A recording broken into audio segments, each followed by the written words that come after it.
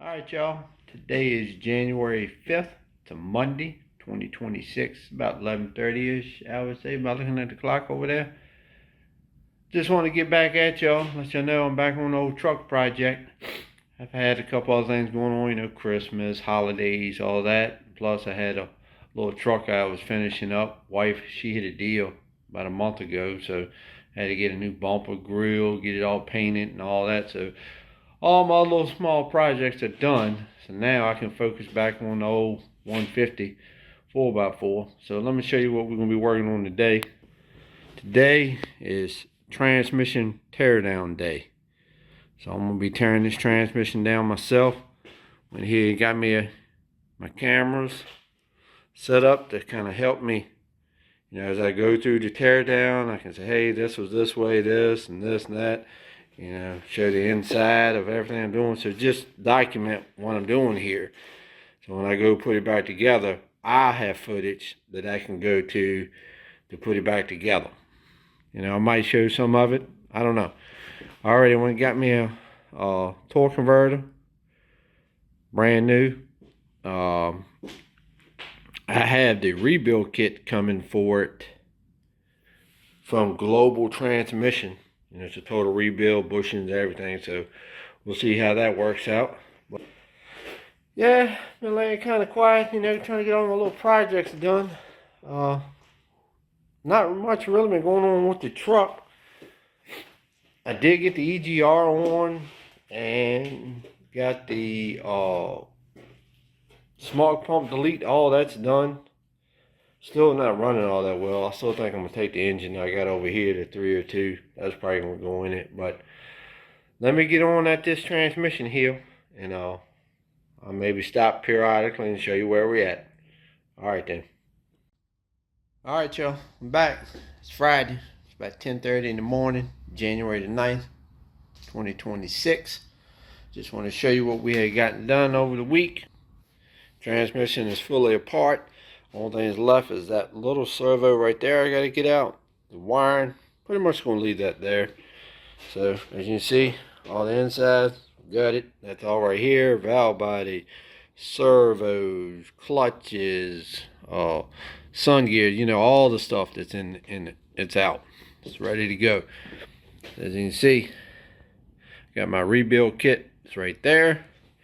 Today, what I got to do with these 2x4s and threaded rod, and I got to make a press. The reason I got to make a press is to take the snap ring out of that one. I think it's one on this one assembly. I got to do a snap ring on that too. The only way you can do it is by a press. So let me show you what it's going to look like. Let me insert a picture of it. Alright, so let me get on in here. Let me get it built.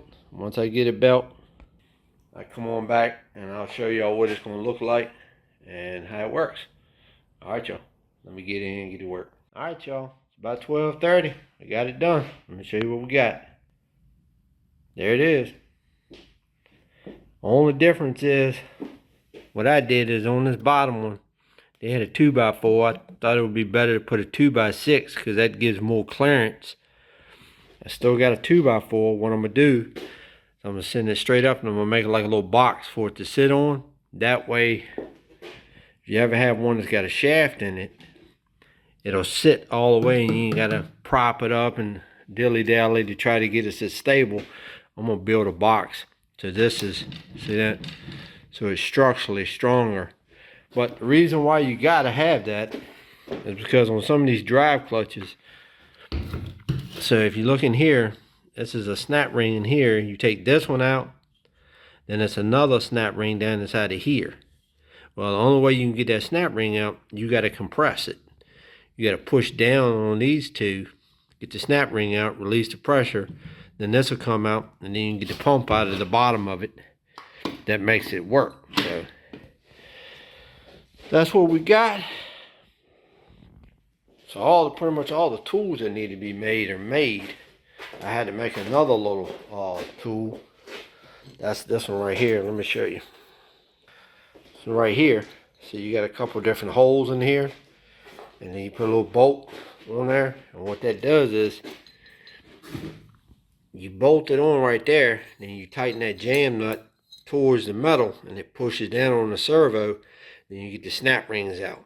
All I gotta do is I gotta drill one more hole in here to do this one. I gotta get this snap ring out, and then I can get the little rubber gasket and everything out of that, and the transmission will be ready to start rebuilding. Now that I've made my little vise, I can go into all my little clutches that need to be done, take them apart, put the new clutches, let them soak in transmission fluid for about a day or a couple hours, whatever it says to do, and then start putting this thing back together and getting this truck straight. I had to wait to get that rebuild kit. Man, that thing was on $500. So it's time to put a little money in this thing. The torque converter, that was another $200. So yeah, building a transmission and finishing it yourself is not cheap. And like I said, I've almost got, time you pay tax and everything, I got right about $800 right now just in rebuilding this thing myself. But all right, to the next one, y'all. Y'all be good.